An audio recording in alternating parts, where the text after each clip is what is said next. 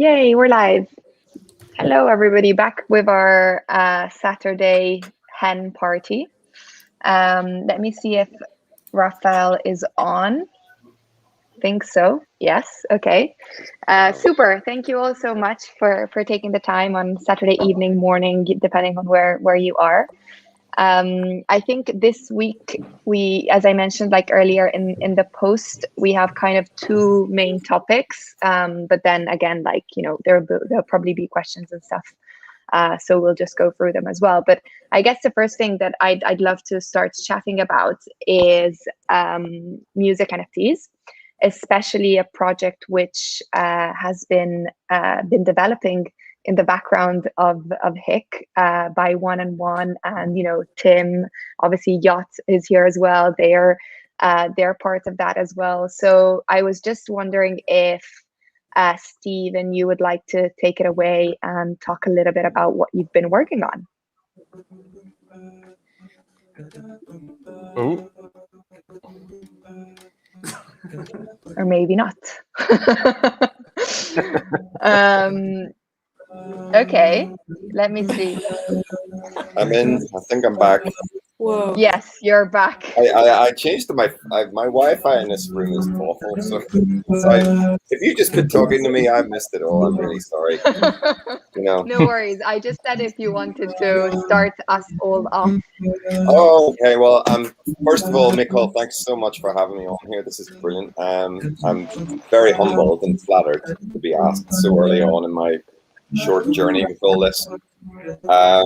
And I also just want to thank Mario. The reason I'm on this platform at all is because of him. I've been following his work for 20 odd years, since the Flash days. And I've asked him on Twitter many times, I don't know what you're doing, man, but it looks brilliant. And here we are. So I love music. I love everything about it. I love developing, and then this is the merging of the two worlds. And I've always wanted to mint a collection of work. Music, sorry. What is that? Can we all hear the music, or? I can hear it. I was furiously browsing through my tabs trying to figure out if it was me playing music in another tab, but no. It's not me, but I have got loud fans now, so I'm going to risk Mario's wrath. So anyway, I asked Mario on Twitter about a month ago. I said, is there any way to mint a collection of things? Like, I want to put up 20 tracks in a player. And he went, oh, well, you could probably do a zip, but it won't work and won't have a display. And then I saw that somebody hacked an SVG to do some script in it. I thought, aha, I'm going to hack an SVG to be an interactive music player. And I put it up the day before they at nunc introduced HTML. So my timing wasn't great, but I learned a lot. And we put this player up, and I was just absolutely blown away by the reaction of people and the support and the vibe. And then people started collecting this. Some Tezos started coming in, and then I discovered all this other art and beautiful people, and just started collecting their art. And it just turned into a real love fest, to be honest.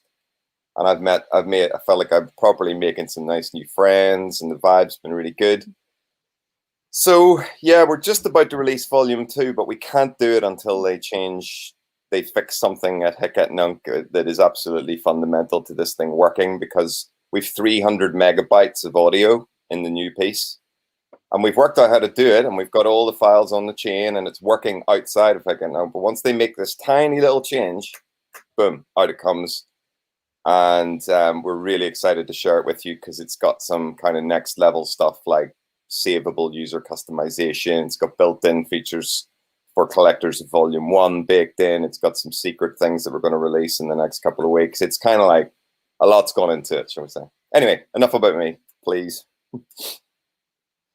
Thank you. I mean, I'd like to know as well from, you know, the other folks as well who are kind of like in this, you know, music space, like what's, I guess what's something that's, you know, really exciting about being on the platform and like experimenting with it, and something that I guess is possible, you know, to do just because of the medium that we're building on, which I think is what, you know, it's interesting to hear your perspectives on.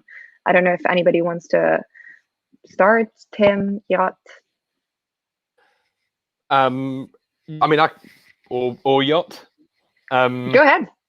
Okay. So, the music's back. The mysterious music is back. Yeah, I'm not sure. So I'm really interested in, I discovered Hic et Nunc through I think through Stevie actually. Stevie posted some of this on the the Endless Discord server, and this music is pretty fun. Where's it coming from? I really have hope no it's idea, not... guys. This is I have no idea. Well, hang on, because I have no. I'm sorry. It was me. It was me. I accidentally had Endless open in the background, and someone suddenly started jamming in it. Great. Well, it was a good introduction. Yeah, I'm sorry, really sorry about that. Anyway, so yeah, I'm Tim Exile. My first career was as a musician, basically, and I was really into improvisation. I wanted to improvise electronic music, so I built an instrument that would allow me to do that. And then at some point, I just kind of got tired of it, trying to build a career about me just improvising. So I started this platform, Endless, that basically brings kind of real-time music creation and makes it collaborative. So we kind of solved the latency problem, so you can collaborate in real time with anyone around the world, and it's like a jam session. We've been out for about a year. We had with an iOS app, and then the desktop app, which was just accidentally trolling our stream in the background. We've done quite a few streams with some interesting artists in collaboration with some lesser known but really talented artists in the Endless community. And something I'm really interested in is how to kind of realize that the value of people doing music in real time, and there isn't really a precedent for that until now, and also build kind of collaborative economics around the music that people make. So we're just starting out this kind of live streaming format where we'll get artists together to do these kind of live, almost like esports style jams, but then turn those into collectibles, preferably live on stream. I mean, it's very early days for us, but it feels really, really exciting to be involved in this kind of whole new world of what art means, how we relate to it, particularly how we relate to it in terms of the value it creates and what it means to us, and also how to be collaborative. And I think that's the spirit of Hic seems very, very collaborative, and it's super exciting. Yeah, absolutely. I think there was a comment as well earlier on the post around like collaborations, and I think I mean, I've been following a little bit, a lot of the stuff that gets asked, when can we see this, when can we see that? And I think a big question that I think Mr. Doob asked, and I'm sure Mario, you were on the post because I saw you commenting on it, was actually how to, integrate collaborations within the Hic et Nunc platform, and actually, being able to divide like the revenue, I guess, and yeah, all of the various like technicalities of it. I don't know, Raphael, if you're there, if you can hear us. Yes. Yes. Can you share the other screen also? Yes. Yeah, it's a pleasure to meet all of you, Steve and Crispin and Tim. Yeah, this is one work from Steve, right? Which is a multiple. It is an interactive NFT with some sounds. It's a classic somehow in Hic, right? With some psychedelic stuff. So but yes, like there are some that I'd like to share with you. There are some really inspirational things that comes from music. Like today, Mario also posted uh, this one, which is has a bit of a crazy soundtrack. I was a bit curious about how you people go in this process of like interacting with audio visual and creating music and other, from where this uh, but yes, like collaborations, this is something that also it is interesting to think how to many people talk about the possibility of creating movies or short films, like have a broader infrastructure that can support these creations, so people can actually have like studios based on chain and divide this and organize themselves on chain. So these protocols can help in this sense, but of course people are behind these protocols, right, with the creative process, and we have to respect these times and try to. But yes, this collaborative like way of like dividing uh, the the cell, right, from the NFT, and also how to respect royalties and in the future sales in a multi signature, right, like in a collective. It is something that maybe it is open for experimentation, and actually it is the direction I believe chains should experiment. Uh, that's the sort of designs that we should try also to experiment. Like it is a new horizon. Yeah, Mario, go Yeah, ahead. quickly, I see. since I have Rafael here, so like I always like to get things done. So how difficult is it to kind of just add some fields where you say like, okay, I made this, but this wallet gets 5% royalties and this wallet gets 10%. Like, how difficult would it be to update the contract? And in general, how hard, like what consequences does it have for the site if we update a contract in the first place? I remember from It's Rarible, really just simple. like that at Rarible, it had first to release all kind of things that were on the market when they updated their contract, and then everybody had to put their stuff manually back. Is that the same with us? Like if we need to migrate, it is, for example, in the case of a multi-signature, right? Instead of you have your wallet, right, and you can have to keep your private keys, etc. So when you have a collective, you are behind the contract, and you have multiple accounts behind this contract. So instead of you minting NFT, the contract would mint for you, and all the payments would go to the contract, and this contract would divide between accounts. So it is simple. You can implement in our architecture right now. You know, it is a like it is an extension. Instead of you being a single person, you be behind the contract that will mint and other would have other features also possible.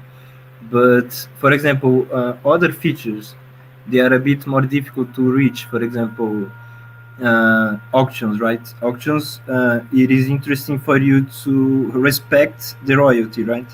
For example, anyone can get your NFT and go to an auction, but this person is respecting the royalty, right? So uh, many of these things should be thought before doing, to respect every parties. And so, but the collective one is really interesting and innovative in my point of view, and it's quite possible to achieve and to share this process also during.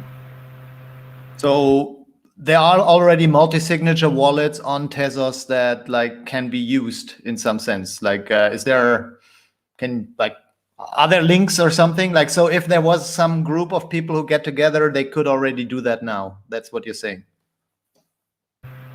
Yes, I have a sample multi-signature, but the thing is like you have to implement the, for example, you're gonna mint, right? So you gotta study the mint contract and reproduce it on the multi-signature, you know.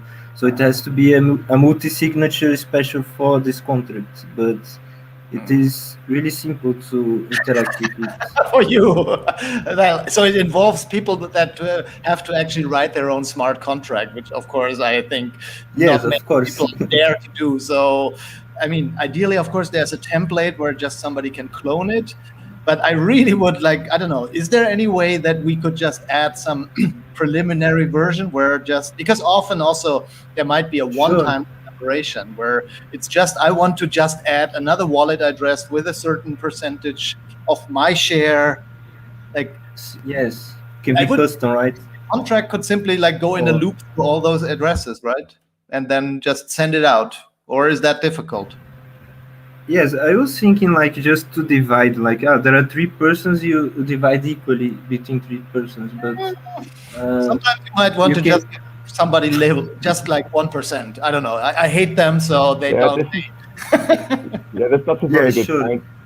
That's a very good point, Mario. The one thing that I'm very conscious of as we create the work that we're doing is that I've taken advantage of so many people's work that's gone before. I've used Jake Archibald's work for SVGs. I'd love to give him something to say thanks. Mr. Doob, we're doing a big piece in 3JS later on in the series. I'd love to give him a little piece of it. He hasn't been involved with the work, but it's just a nod to say, look, really appreciate all the work you've put in. And I think, having smart contracts, being able to just doing it, or even the charities who've got an account, it's just an amazing, like, once you get this going, Raphael, this is the beginning of the end for the music industry as we know it, because Imogen Heap was talking about this in 2019. She's so ahead of the curve. She's brilliant. But she was talking about how smart contracts are really the future of music. Because at the moment, if you stream on Spotify, you get 0.004 cents for that stream. So that the streams need to pile up and pile up and pile up until they make a big enough amount of money that Spotify will do a payout to your record company. The record company then need to do the accounting on that. Then they need to distribute that to managers and producers and everybody. It all happens. And that process takes up to 2 years. And in that 2 years, 50% of the amount of money that's supposed to reach people doesn't get to them. A smart contract can distribute royalties at a micro level at the moment of the transaction. You can see what that means for the music industry and the creative industry in general. It's going to blow people's heads off. So if you can claim this space and you can get this going, rest assured, my friend, it's going to be a whole new world. People will be jumping at this, and it's going to be a game changer, big game changer. And of all the features I'd love to see happening, this is the one, because that's revolution, absolute revolution for creators. Like there's I see a nothing lot like of that. heads nodding. All heads Yeah, are nodding. yeah. And I'm just really excited about being able to finally, because it'd be a nightmare for me to do this manually, right? So say I want to give Mr. Doob some Tez for his brilliant work on 3JS as I build something in 3JS to deploy and make money from, which I think is the right thing to do. It's a nightmare to keep on top of that, and chances are I'm rubbish with numbers and my accountant hates me and stuff. And I just, if I could just put in a little percentage just in the contract, I never need to think about it again. It's there. You sell a piece, he gets his cut. It's like brilliant. It's like the holy grail. I also So want to say, good. like, beyond just like the business end of things, which of course it would be transformative, but there is a consequence too to the way that Spotify runs now, where there's an entire economy of musicians who are making music for Spotify and who are changing the kind of Yeah. music they make in order to ding the algorithm in a certain way, or Big intro. they're changing when the chorus comes in so that people don't skip past it. They're making stuff that's tailored to playlists. It's actually like changing the nature of music. So in a negative, obviously, I think in a negative way. So if we can restructure, like the technical side of it, then we can leave musicians more freedom to actually make the music that they want to make, rather than try to constantly think about how to turn the algorithm in our favor, which will never work, Yeah. Well, I completely agree with you on that. I've been hits like Despacito. That was one of the first ones, a big Spotify hit, because they put this huge lots of stuff happens early and it's got all this stuff, and then everyone's engineering to fit that algorithm. That's not making music. That's just like, I don't know. Optimizing content. Yeah, optimizing content for streams. I mean, that's no way to do good work. You I know, agree with you 100%. on that topic as well, I think that like sharing payments across many artists could be a way of taking more risks. You know, like if you make a an artist collective of like 30 or 50 people, and every time any of those people make a sale, you get a cut because you're all friends in this collective, then that allows you to just do strange, weird, experimental stuff that might not sell. Where if everyone's an island, you have to have these hot, sizzling pieces that have all this anticipation, and like you can't afford to have a flop, right?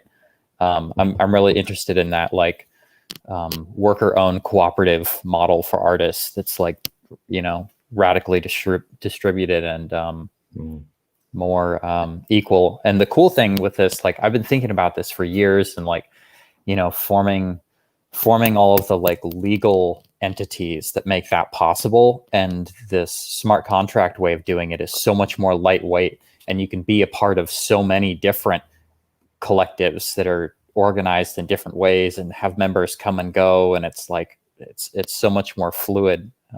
It's really exciting. And transparent and accountable. That's the other thing that really appeals to me about it, is like, you don't have to fight to see figures that are there on the blockchain.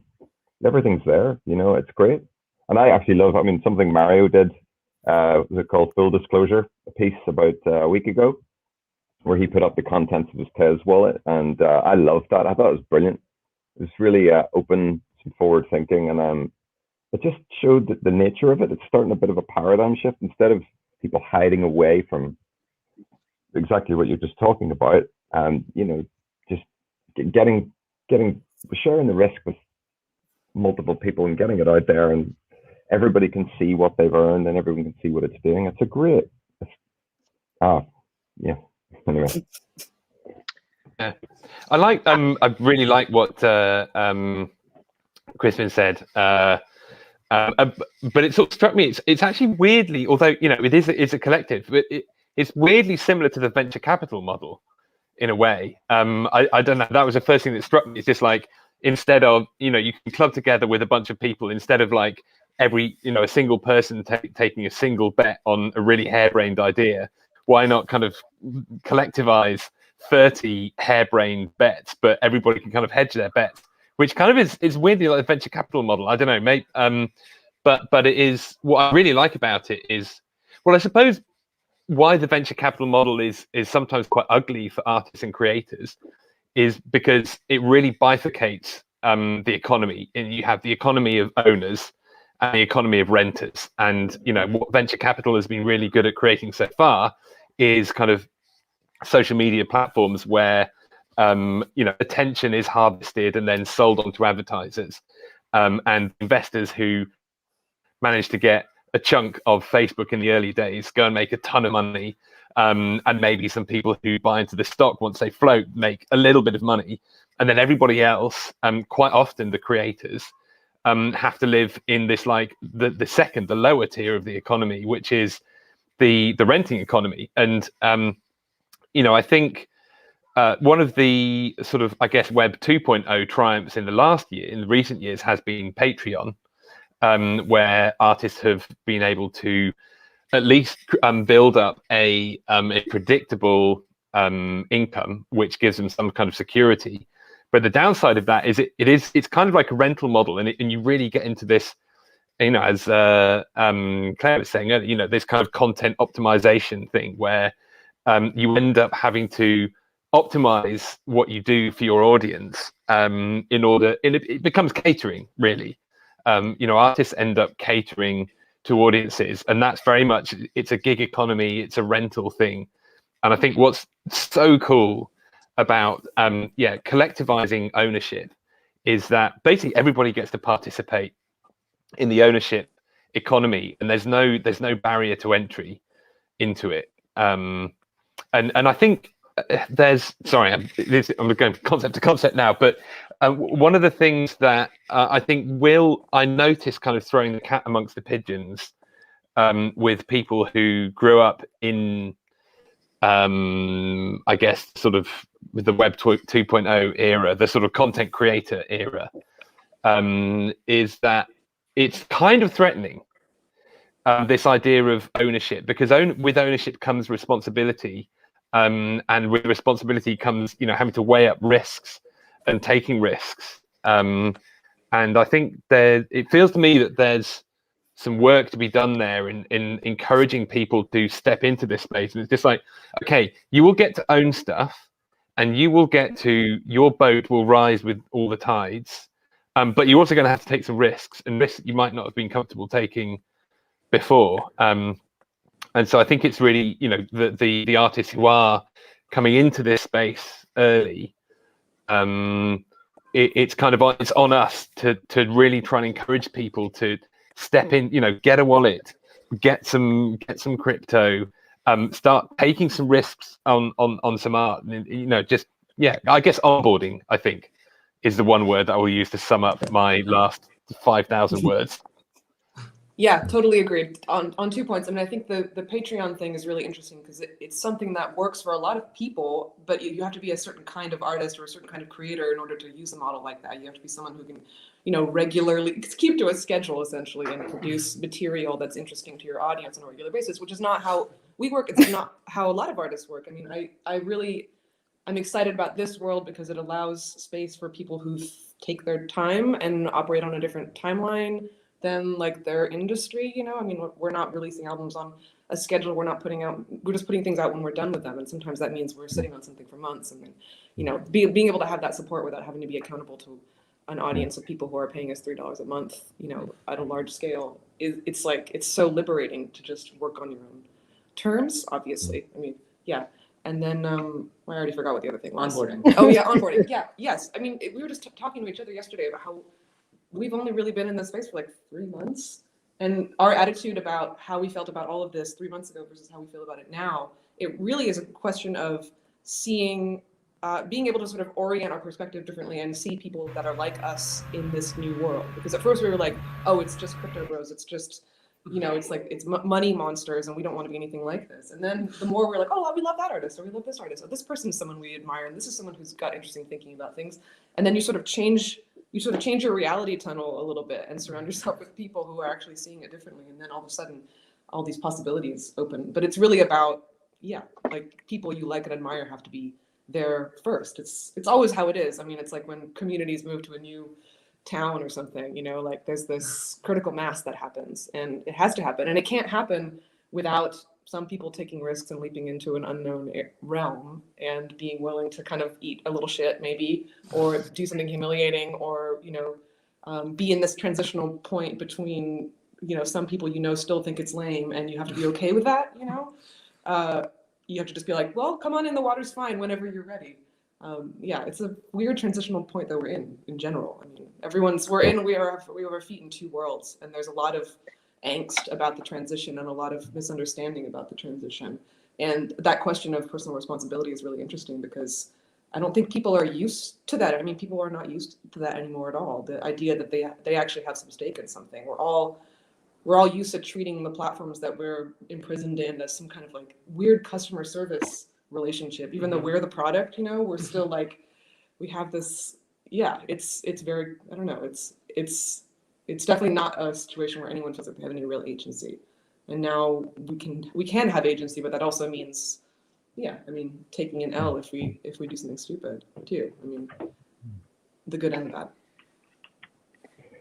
There's one thing I was going to talk about in terms of what I think is going to be a huge game changer for music NFTs, and that is something that we are really big on. We're releasing our work in 5 volumes, so there's like 100 pieces of music all together by the musicians, and we're building in collector loyalty into each piece. Because what's great about it is, if I look at fragments from the Cross Volume 1, I've got a list of collectors there. I can extract that. I can bake that into Volume 2. So when people go into volume 2, if the same person and the wallet ID's in there, they're going to get extra stuff. Simple as that. And then I can do that. I can do algorithms down the line, more stuff. So for example, we released an album announcement that Fragments of the Cross Volume 2 was coming out, and baked into that was a bonus for people who had bought Volume 1 at the point when we put it out. So those people, when the second album came out, if they look at that piece now, actually, you should go and look at it. If you did get it, you get an extra track. And for everybody else, it just says available now and a little bit of text. But for collectors of Volume 1, they've got a little track in there that nobody else has got. So that kind of collector loyalty, building up things, giving stuff to people who follow you in the space, that is just, what a brilliant thing. Imagine being able to do that. And I think that's something that all generators of interactive NFTs and people who are trying to build a following, they can learn from that. They can develop that. There's no reason why that's not there. And that makes them, I think NFTs should feel special. They should feel like keepers.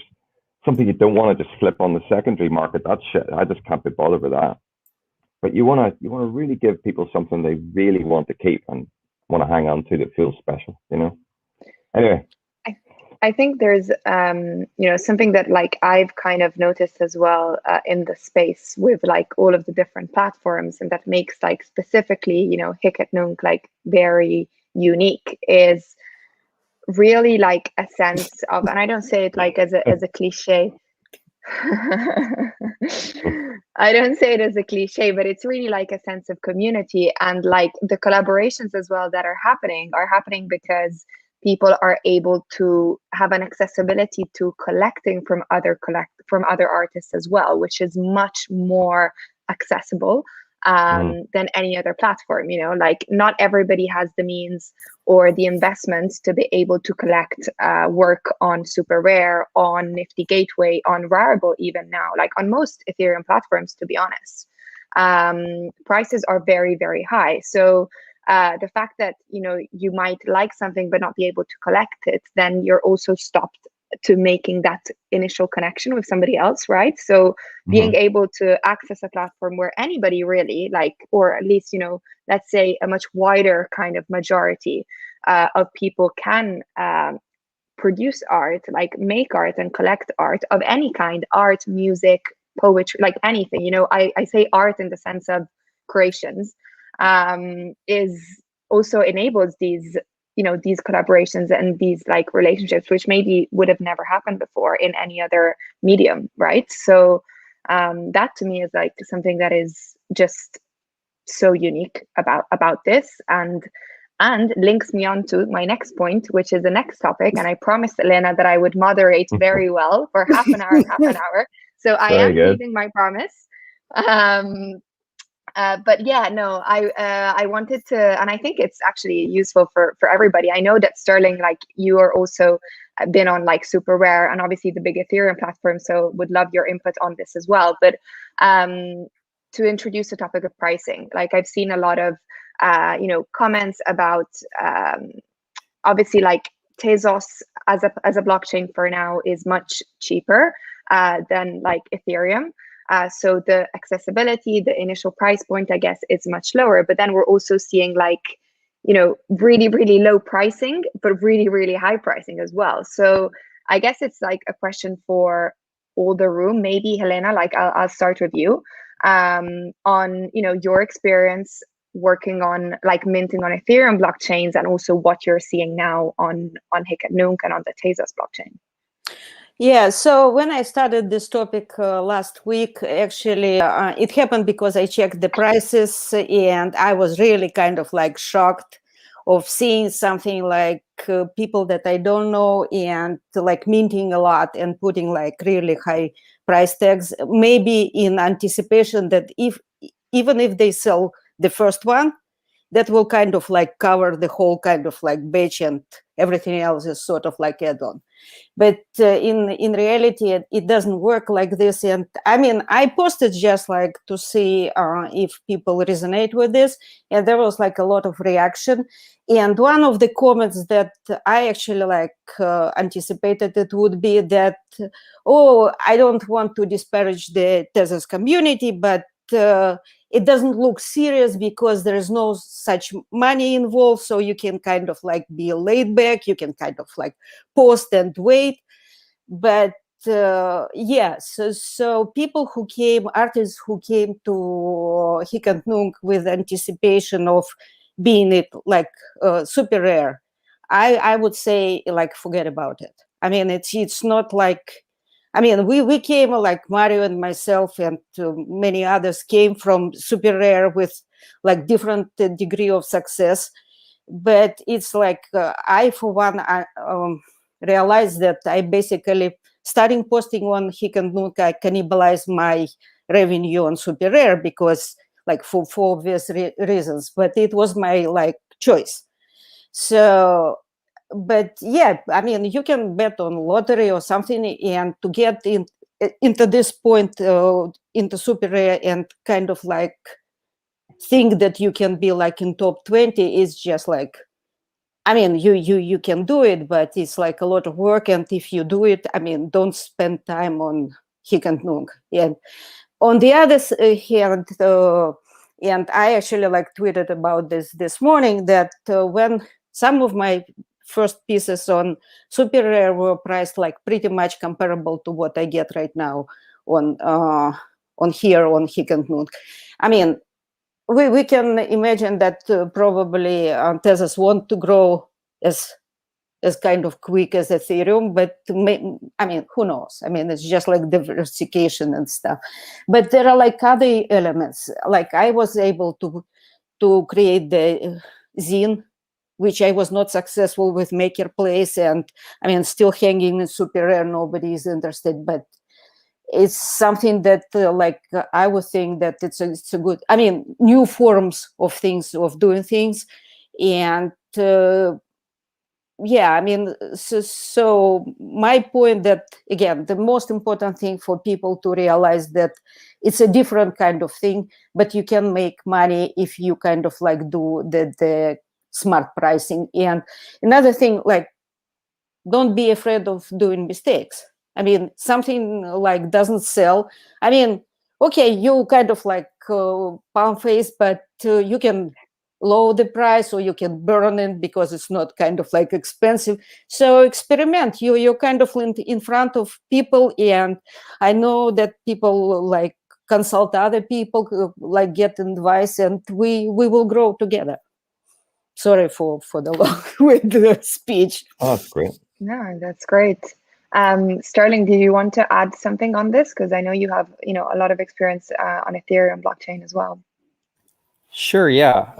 I guess, I'm on Foundation and Super Rare and OpenSea and Hic Nunc, and I try to put different work on the different platforms, so I'm not competing with myself. Like, I see Hic Nunc as a great place to experiment, a great place to do multiples and additions, and kind of like show things that are maybe more in progress, or generative work where maybe you can offer an addition of them that increases in price the more you sell, like something Mario's been doing. I think is a great strategy. And that problem of price discovery, I think it's just how you find the market value of an asset, and it really does depend on supply and demand. But art has always been this demand constraint problem. Like, Picasso died with like 50,000 artworks, and this is like why galleries take 50% of the sale prices, because they're doing all this work producing demand and managing relationships with collectors. And I think, like most artists I know, like, they just want to make artwork. They don't want to be promoting themselves and generating demand for their work and thinking about it. And I think like finding the right price for your artwork is almost like less important than like generating demand. So it's just a sort of interesting new world that we're in, where we're kind of like, it's funny as well, because in the social media era, it's like individuals have already sort of become responsible for generating their own hype and demand, but they weren't being paid for it. And now there's this way of getting paid for it. And just to like loop all the way back to like the VC conversation. I was remembering watching SoftBank's like one of their main sort of strategists, and they like explicitly said, they're like, our strategy is to create platforms between demand and producers and then take over the entire market and then start dynamically pricing everything for profit. And it's like crazy to just hear someone say out loud that's what their strategy is. But like now, in a way, you get to be your own kind of marketplace, which is awesome. Mario, do you want to add any? Oh, go ahead, Tim. Yeah. Or Mario, Tim, you guys choose. Go, Mario. You haven't spoken yet. Go. Well, what do I have to read? So, well, what we see in all these markets is just like kind of the sales are always this kind of 1% curve, right? You have just very few people who make these super high sales, and then you have the long tail, where I believe actually on the Ethereum chain, people don't sell at all, because kind of you can't really sell in a price range that is kind of economical, right? Because it costs you already $50 to $100 to mint, so you can't even sell it for less than that. You actually have to go higher. But the same thing is kind of like with the artist sales, that the kind of spending power of the collectors is exactly in the same distribution. So you only have very few collectors who can afford these super high prices. I guess this is like 20 or 50 people in the world. I don't know, maybe 100. So what we have actually on Hic et Nunc is we are the long tail. So we like, maybe it's kind of something that's not good for your ego if you sell only for $500. I mean, of course, as everybody can see, I made it to the top of that horrible ranking list, but even there, I sold, I think 5 pieces for 1,000 or more, but most of my stuff is in the 10 or sometimes 100 Tezos range. But in the end, like I sell 10 pieces for 10 Tezos, that's like 100, which is $500 or now $700. So, and I do that like several times a week. I make much more money than if I sell 1 piece a month at super rare. So in the end, and you have much nicer, like you have people who really like are like me, or just are happy because they get something of mine or of somebody else. And so it's a much bigger group of people you can reach. And so my personal pricing is really, I hate this kind of idea that once you sold for a certain price, you cannot go lower anymore, because that's kind of one of these things which also what people are afraid of, that if they once sold like something for 1 Ether, well, it will be a hard battle. Or if you once, that's what I did on Super Rare, right? So you sold for 7, 8 Ether, like, well, now going back to 3, that is like oh my God, my star is falling. But now here, I'm totally free to give things away for free, or have a bigger edition for 1 Tezos, or so that experimentation is beautiful. And I mean, I have kind of like, okay, so numbers. So I realized there's some kind of a current, like a threshold at 25, it seems. I don't know. It's a weird thing. So anything I sell for 10, 15, 20 goes immediately, but I have like my most beloved piece, which is still available for 25, because I use the press tube method by James, kind of what Sterling mentioned. Kind of you start by kind of putting 10, like you have an edition of 50, so you sell the first 10 for 1 or 5, and then with every batch you put on the market, you raise the price a bit. So with that one, somehow it doesn't, like at 25, I have still 3 left. So, well, of course now buy them, because it's my most beloved piece. No, but I don't want to show it. It's just like still like you wonder. I mean, that's so strange, right? I have another piece that just sells for 100, and then there's still stuff available for much less. So pricing is really like, you think you figured it out, but then you learn something new every day. But I just find it beautiful that you can, like, you're free to experiment with all kinds of models, and there's no right one. And we decided to go. I'm sorry, Mario. Sorry. We decided that the most appropriate thing for our work was to make it flat pricing all the way through.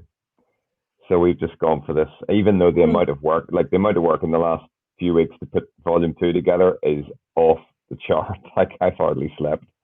And the what we're going to charge for it will not pay for that time even really, but I don't care. I actually don't care.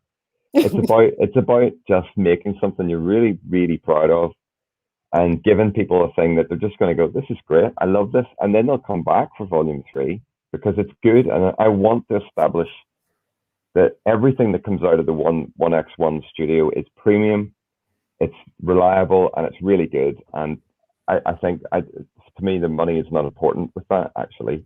So the flat rate is really good for us, and we're just going to stick with that for now, I think. My daughter. Let me add one thing. Oh, sorry. So there's something. No, you. Go, Steve. Go ahead. I was just going to say, my daughter, on the other hand, is about to mint her first piece of work. It's a beautiful little charcoal drawing called Sleepy Bear. And I explained to her some of the pricing methods, and she said to me, Daddy, I think I'll go with the press tube pricing.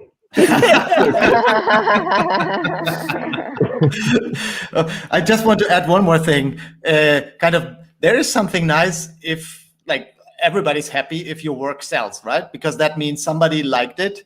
And in my personal experience, there's no difference in happiness if you sold a piece for $1 or for 100 or 10,000. I mean, it's kind of the same kind of feeling. So in the end, it's just beautiful that somebody appreciated your work. I mean, ultimately, of course, if you like, yeah, I'm speaking again from somebody who sells well. So I don't know. Of course, I wish that to everybody, and I believe also that over time, kind of, we are in the crypto punk area now, in the sense that like all this stuff that is being minted now will be kind of highly sought after in a year or something. It's simply that old rule of kind of like, well, everybody who's joining now is still kind of part of the kind of the pioneers, like, and so I have no doubts that like, because the way the platform will evolve, it's simply a matter of like, that's just how these things work. So, yeah, totally. It's like the first pressing of the LP. Yeah. Yeah. And the first edition book. I was going to say even an edition of 50 is gone, right? In 50, like, I mean, records probably are never even like 100 or so. What's the smallest edition of a vinyl you usually do? Is it 100 or 500? Depends. 500 usually. White label. Yeah. And those are gone immediately, right? So, I mean, like when they are gone, you will never, I mean, you will have to pay a lot of money if you are seeking that. Yeah, you just like seek it out on Discogs. I was going to say, I mean, for us, the pricing thing is interesting because we're getting paid for stuff that we used to do for free. I mean, whenever you make a music video or a record or album artwork or all this stuff, like you have to create all this, you have to create GIFs, you have to create images, and you have to create videos, you have to create content for the internet to promote that thing. And that has just been unpaid labor that we've done for 20 years, just as a cost of doing business or whatever. But now we have all this ephemera that's related to our music that we can actually put value on. And it's surreal to realize that all that stuff actually, like, we should have been getting paid for that the whole time, because we're making work. We've always been making work. Yeah, I think this is what's so exciting about it. We're moving away from valuing usage to valuing symbolism, and I don't know. I think every day I launch into some kind of rant about how, you know, this is how we naturally relate to culture, and this is, you know, the way what's wonderful about this is that the economics are now being tied to, or at least aligned with, the way we psychologically relate to the symbols that we use to navigate and tell the stories about our lives. You know, we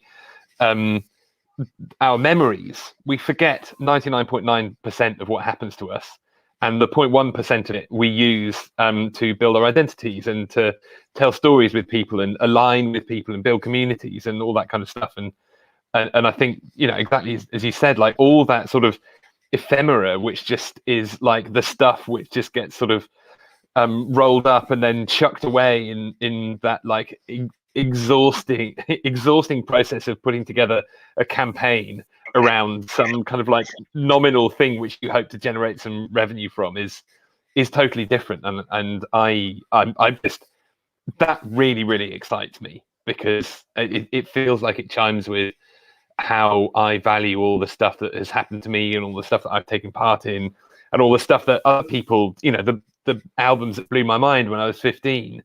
I can go and hit play on those on Spotify now, and my both like the interaction that I use, you know, it's a one press thing for me to go and consume that album now, whereas when I was a kid I'd have to catch the bus into town, I'd have to listen to the right radio shows to discover the music, and I'd have to make time to do that, and if I missed it because I didn't record it. And all that sort of friction kind of built this sort of devotional relationship to culture that we had, and now all that friction is just stripped out by this sort of consumptive $10 a month, have whatever you like model. We have a sort of an addiction model to media consumption, and what's happening with you know, the NFT world, and I think particularly HIC because it's so accessible to people, is that we can move back to having a devotional relationship to culture, which I think is the right relationship to culture. Mm-hmm. Definitely. I was just saying yesterday, we live in a world where, at least in the US right now, we pay up the nose for healthcare, but we expect art to come for free. And we're just like trying to get to a world where we pay up the nose for art and healthcare comes for free. That's what I'm shooting for. Yeah. I think just one comment that I wanted to make on the pricing, and it's something that I think is very important because, like, obviously, you know, most of you have a good history of selling, but there are a lot of new artists that come into the space, especially on HIC et Nunc, that don't have such a like you know, a background and a history, and maybe have, you know, a lower kind of accessibility. And I do get a lot of messages saying, you know, what is the right strategy? How should I price point my NFTs? So it's important, I think, what Helena said before, that, you know, there is like no right or wrong answer. Like even if you are pricing something at a certain amount and then it doesn't sell, there's no way to say, you know, I haven't sold, so I'm useless, and I'm not gonna sell anymore. Like, do experiments, do try things out, because it's the best way to do so.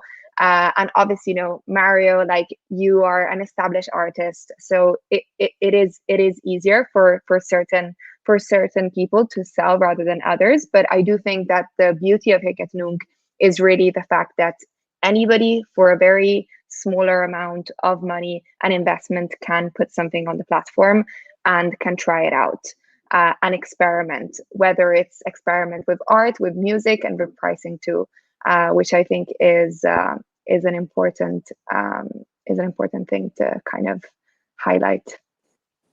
Totally. And I just want to say that, like, those of us who are more established, although I'm not sure that we're in that category quite yet, like, it's our responsibility to support others, obviously, Yes, and absolutely. to help promote each other and to lift each other up collectively, because that's kind of the name of the game here. Were you guys around for the object for object swap weekend, the diverse NFT bit? I thought that was great, because suddenly it put everybody on an equal footing. It was like, rather than your pieces are worth more than mine, that idea of worth and fame and everything went out the window.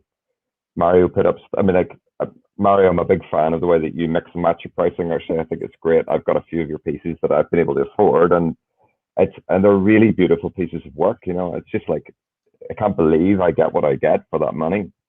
But also at that time, at that object for object weekend, it was just beautiful. People were swapping work. It was a big weekend of discovery. There was some bad practice, a bit of hoarding and stuff, but thankfully that was in the minority. And that sense of artists suddenly all being on the same footing was tremendous. I'd love to see if a little bit more of that type of initiative. I certainly have started to swap work occasionally with artists directly, just because I really like what they do. I say, I love what you do. I'll give you some of mine if you give me some of yours, and no money. And one more thing, like, established or not, hustling is there to stay. I mean, you should be more kind of creative and kind of like have sense of humor. But even on HIC, I mean, it felt sort of like a little bit dirty doing it on, like, with super rare pieces. first of all, like collectors, when they know you, they don't need your kind of promos and stuff. But with Hic and Nunc, I mean, you literally like, I mean, often hustle and like, I think it's part of the story. I mean, you can't avoid whatever name you have. So, I mean, I think like that's part of the game. Sure. Yeah, I totally agree. I think it's also as we move into this new world, this new model for valuing creativity, it's all about symbolism, and it's all very relational as well. And I think what we're noticing, like the stuff that happens on Clubhouse. I mean, I love talking, so I'm all over Clubhouse like a rash, and but it's all about relationship building, and finding points of resonance with people. And I was talking to a friend earlier. Well, he might be tuned in actually. I mean, if he is, Matt Black from Cold Cut, and we were talking about. Oh God, I've lost my train of thought now.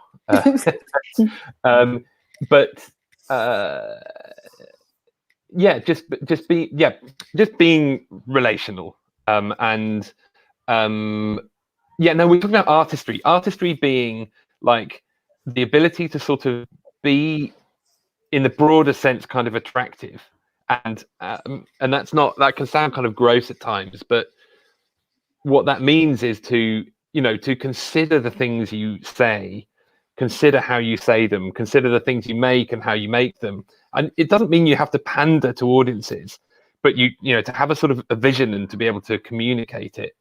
And if you have that, and you keep at it, and you take the opportunities you have to meet people and to collaborate, I mean, that's something that I'm looking very hard at the moment with Endless. We're putting together this format where musicians can collaborate together on live streams to make music together. And what we want to do is pair up and coming artists with established artists, because we've got some crazy talent on Endless, people who are really good at making music in the moment, and I'm also talking to some quite big established artists about coming in, doing these sort of esports style collaborative events, and then making collectibles out of that. But I think those are the kind of opportunities that people who have some kind of platform already. Oh, we're in the dub zone. Giving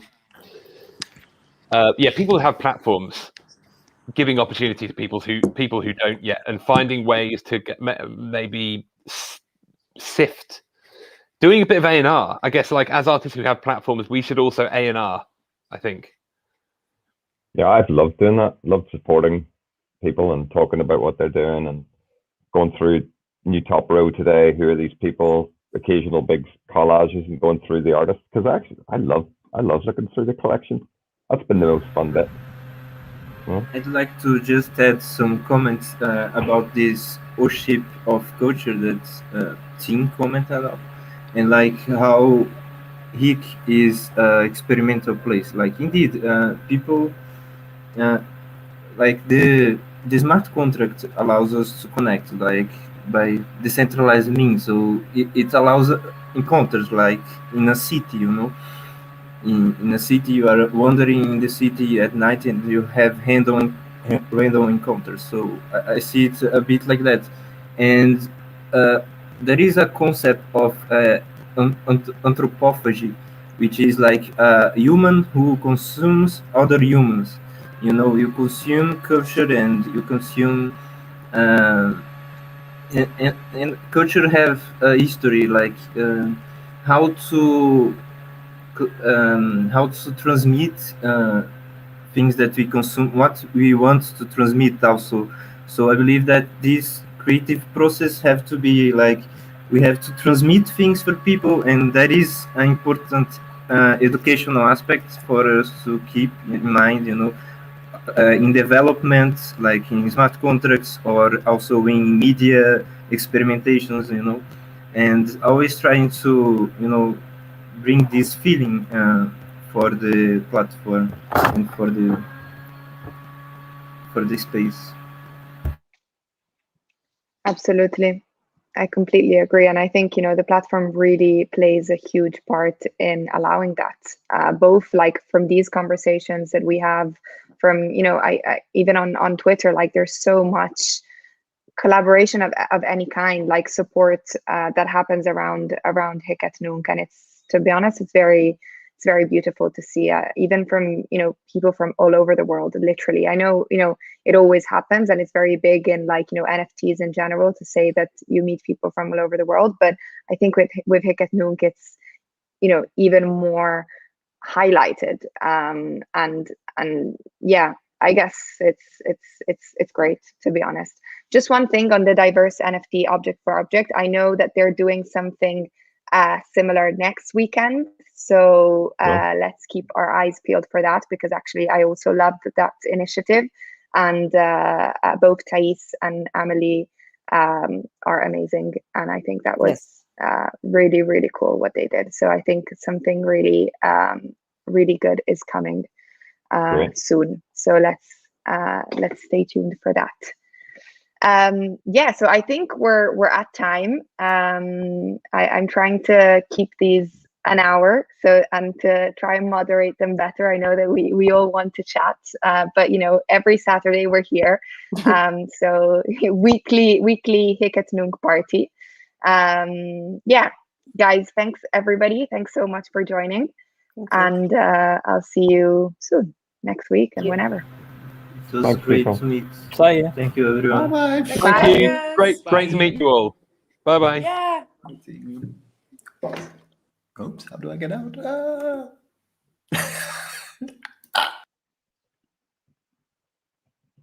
I'm just going to talk to Raphael.